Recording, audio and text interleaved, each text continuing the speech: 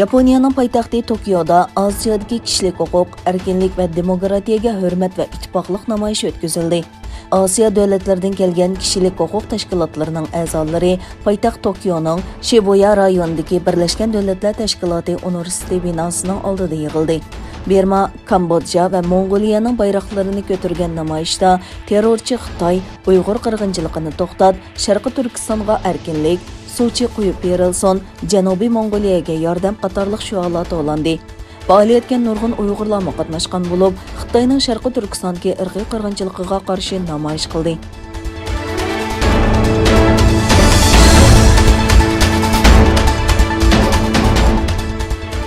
Tağırtaq to'rining 6-maydagi xabarda bildirishicha, Xitoy doiralari yaqinqi mezgillarda Sharqi Turkistonda o'smirlarga qarata qizil tashviqotni texnik kuchaytgan.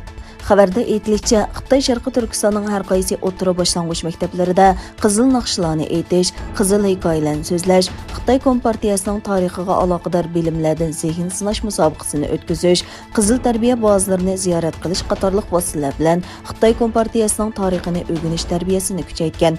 Maktablarda partiya darsi o'tilgandan sirt yana unsin, suratlik material va sun'iy reallik texnikasi qatorliq vositalar orqali Xitoy Kompartiyasi tarixini o'rganish, Shanxay, Yan'an qatorliq joylardagi Xitoy Kompartiyasining qurilishi va yig'inlarga aloqador o'rinlarni ziyorat qildirish qatorliq usullar qo'llanilgan.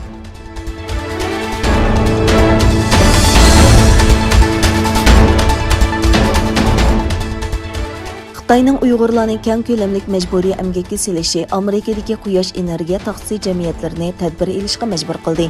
Ma'lum bo'lishicha, Amerika quyosh energiya taxsis jamiyati o'tgan hafta quyosh energiyasi taxsis materiallarining kelish manbasi va butkul ta'minot zanjirini iz qo'g'lab nazorat qiladigan bir tadbirni yo'lga qo'ygan.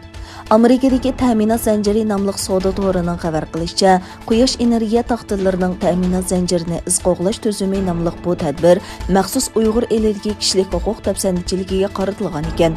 Xitoy dunyodagi eng chong quyosh energiya taxsis ishlab chiqaruvchi davlat bo'lib, Uyg'ur eli uning asosli material bazasi. Ilgari xalqaro tadqiqot o'rinlari va taratqullari Uyg'urlarning rayondagi quyosh energiyasi taxtisi korxonalarida majburiy emgakka silinganligini oshkorlagan. Lekin xabarda aytilishicha, Germaniyalik bozor analizchisi Johannes eng yaxshi chora ta'minot manbasini Xitoydan boshqa joyga yo'tkash ekanligi, biroq buning qisqa vaqtda amalga oshishi qiyinligi, iz qo'g'lashning qisqa muddat ichidagi birdan-bir chora ekanligini bildirgan.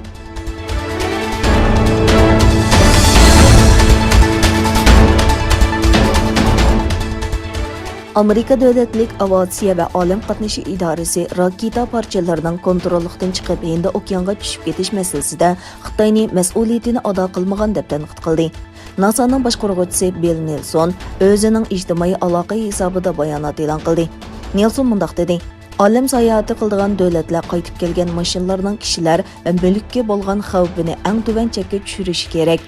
4-ayning 29 kuni olam bo'shlig'iga qo'yib berilgan va Xitoy olam punktining yadroliq modelini orbitaga elib chiqqan uzun safar 5B nomli raketa kontroldan chiqib, Hind okeaniga tushib ketgan edi.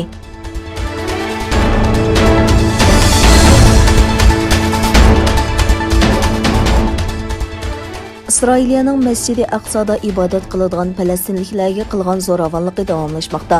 İsrailiya saqchilari attiganda namozdan qaytgan jamoatga hujum qildi. Juma kunidan boshlab attigan va oqshomlardagi hujumda 300 dan ortiq odam yaralangan. Sharqi Quddusning Koni shahriga joylashgan Haram Sharif jang maydoniga aylandi. Bu qatam Masjidi Aqsodagi attiganlik namozdan chiqqan jamoat nishonga ilindi. İsrailiya saqchilari so'lya o'q va ovoz bombasi orqali jamoatga hujum qilib, nurg'un kishining yaralanishiga sabab bo'ldi.